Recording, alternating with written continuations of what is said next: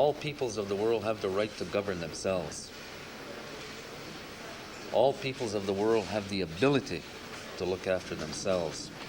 All peoples of the world should never, ever be denied their right to look after themselves. It's not wrong to think that, I deserve something better than what I've gotten. The whole key is what we used to do and what we want. It's not what the government wants. Don't have to go to another government to determine what my government is going to look like.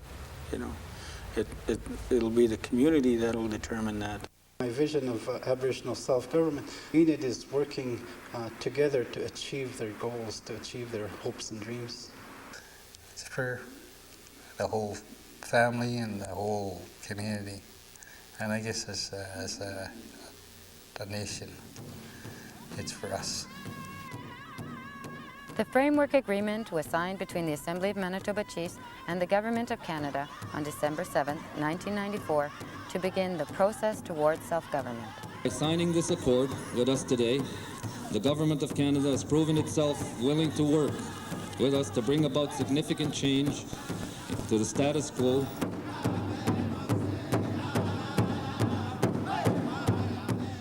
For thousands of years, First Nations people in Manitoba had their own traditional systems of governance based on their beliefs, culture, and language.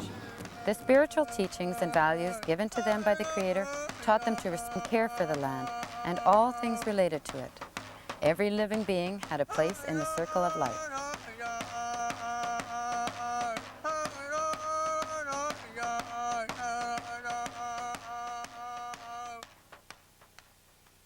Traditional government included lawmaking and decision-making by the respected leaders, but the people were guided and directed by their various customs and traditions. Communities understood that these rules guide. It was an unwritten constitution that all First Nations had since time immemorial. This way of life began to change when the first Europeans arrived. The early relationship between the First Nations and the Europeans was based on mutual trust and sharing. This relationship was central to the establishment of Canada as a distinct nation. Treaties were signed to recognize the special relationship between the and First Nations. However, it was not long before the relationship between the First Nations and the Europeans entered a long period of decline. The imposition of European concepts of government disrupted and almost destroyed the harmonious relationship First Nations people had with the land. Ultimately, colonization had such a negative impact on the well-being of First Nations people that it virtually destroyed their social, economic, and political way of life. Now, almost after 120 years, First Nations communities in Canada are taking steps to reassert their inherent right to self-government through the restoration of jurisdiction and lawmaking powers. In Manitoba, this has taken the form of the Framework Agreement. The Framework Agreement has three main objectives. 1. Restoration of jurisdictions and lawmaking authority to First Nations. 2. Reading First Nation government structures and systems. And 3. Dismantling of government departments as they relate to First Nation jurisdictions. What fundamentally is the main purpose of this FAI is to regain the health of First Nations people physically, emotionally, culturally, economically, so that they can take their proper place in the society. Community-based workshops are very important where the Framework Agreement Initiative process provides an opportunity for our First Nations people to voice their concerns about what's happening today and also to identify what kinds of changes they would like for the future. The Constitution usually sets out the division of powers. A jurisdiction is the power and legal authority to make laws, the power and legal authority to make a decision. And once the FAI process is explained to the participants of these work, what it is, what it's meant to do, its original intentions, and the process of it, they quickly see it. Today, we're wrestling around with self-government. Today, we're looking at the goals, principles of the Constitution. We're looking at how to design our government.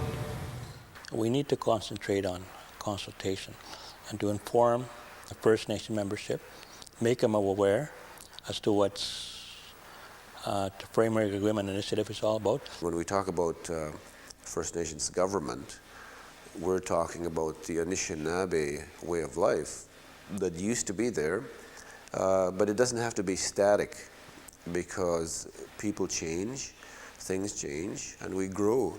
And that's what we want to try and do, is try and rediscover and retain all the things that are positive, that will keep our community strong, our people strong, and that's the essence of self-government. The Framework Agreement Initiative here in Manitoba gives us an opportunity to carve out for ourselves jurisdictional areas that rightfully belong to us. We are taking the first steps towards restoring jurisdictions and empowering firsts to regain control over their lands. It's up to us, you see. It's our responsibility to select those jurisdictional areas that we want to be responsible for. See? Those jurisdictional areas we want restored to First Nations. And I see self-government as a complete taking of responsibility back, full and complete jurisdictions. I think we're on the right track if we do it properly. I don't think we'd be afraid of getting into something new.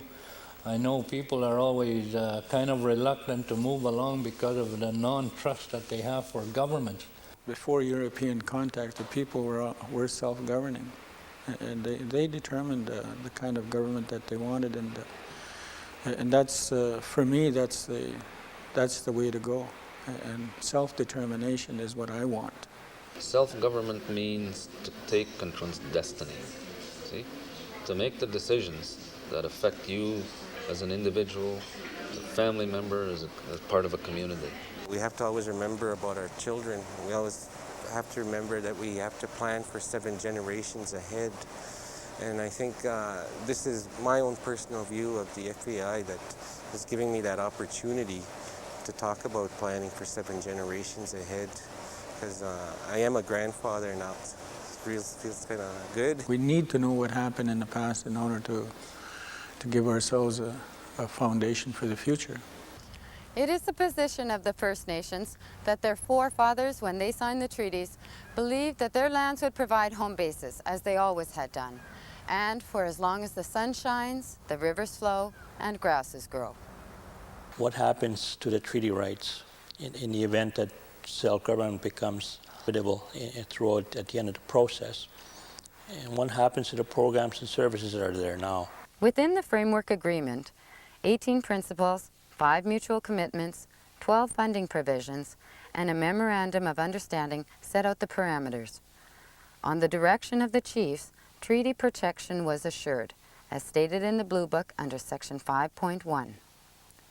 First Nations treaty rights, Aboriginal rights, and constitutional rights will in no way be diminished or adversely affected by this process. The assimilation process has really been very strong. I think it has almost succeeded in wiping out our Indianness. We're a different race of people, and we have our own values and differences there. We might have the same type of love as they do, like we're not any different, we don't feel any different than they do, but it's just the way we do things. And they've got to realize that. Not everybody's the same.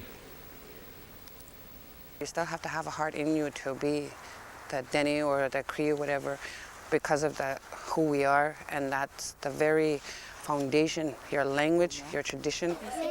Yeah, but we're Mushagan. Mushagan. Yeah. Kishkishan. Okay. Kishkishan. As a Grand Chief, I look at this province, and I look at 62 First Nations that are here in the province. I look at them as what they do in the world when they talk about the United Nations. And in the province of Manitoba, I look at that kind of a movement, and they have their own concerns in First Nation communities. We've got to be mindful and respectful of individual First Nations wants in terms of how they want to proceed, and you know, it would take time, and Canada's got to be patient. First Nations leaders have to be patient. More importantly, the federal government has to be patient. As well-meaning this initiative might be, we still have to get the comfort of the First Nations, and because ultimately the decision on whether the implementation goes forward. We have to become more involved as a community as to what's going on and what these documents mean. And once our community understands it, then they will move at a step determined by themselves. I don't think we should be fearing the government when they say to us, well, it's taking you too long to go through this process. Well, they've been at it for about 130 years and they're still doing and making changes to their laws. So why should they be in such a hurry to see a product coming out of Native people? We're not going to be used to working by ourselves. You know, the Department of Indian Affairs has been around so long. I think that we've grown to be to depend on them. You know, but I think once we make that break, I think we'll be okay. When we go through an education as First Nation persons, we are in fact being brainwashed, or our minds are being molded to think in certain ways, and I think our people, our elders, our leadership have to reclaim the responsibility they have to help us reshape our thinking. All that we've ever wanted was an opportunity or a chance to demonstrate that we can succeed and achieve greater success than we've been able to do. And we have examples, all kinds of examples where that is so. For example, with education.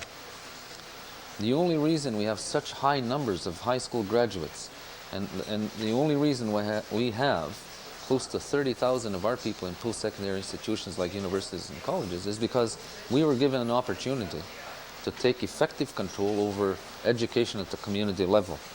In order to have self-government, we need all in teachings in order for us to succeed as self-government people. We have to forgive. That's why we have the 7 teachings, to forgive the people who did that to our people, and we just go on to the future because we can't live on the past. We also hope to achieve a positive self-worth in people, a very positive feeling of being a First Nations person, and also having the skills, the knowledge necessary to fulfill your own personal objectives. I always talk positive to the kids and try and say, come on, you guys can do it. Somebody from this place can do it. Something, become something. Like that, you have to cut this straight here. To make this flat so I can sit. Self-esteem is the foundation for any successful.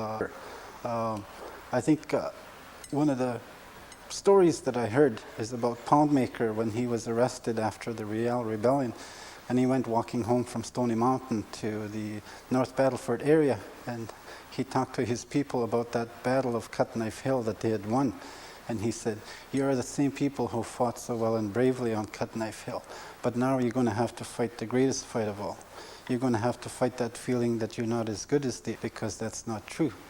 Nothing is final as to how First Nations jurisdiction will be restored, except that treaty and Aboriginal rights remain paramount, and that First Nations citizens will be involved in the decision-making process by way of community consultation.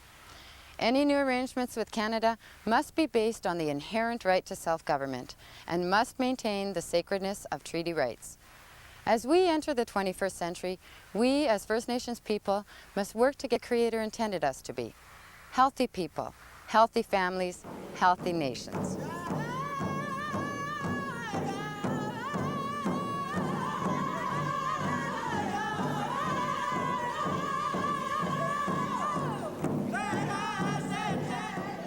FAI is bringing hope to our community. We're in the process of rebuilding our nations. We're ready now. We're as ready as we'll ever be. The people are up and become aware, like, now's your time.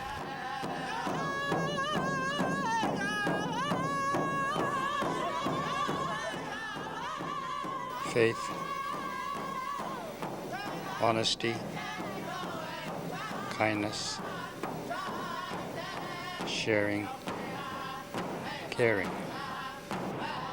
That's what we call the medicine wheel. And you can take that anywhere in the world once you have it inside you.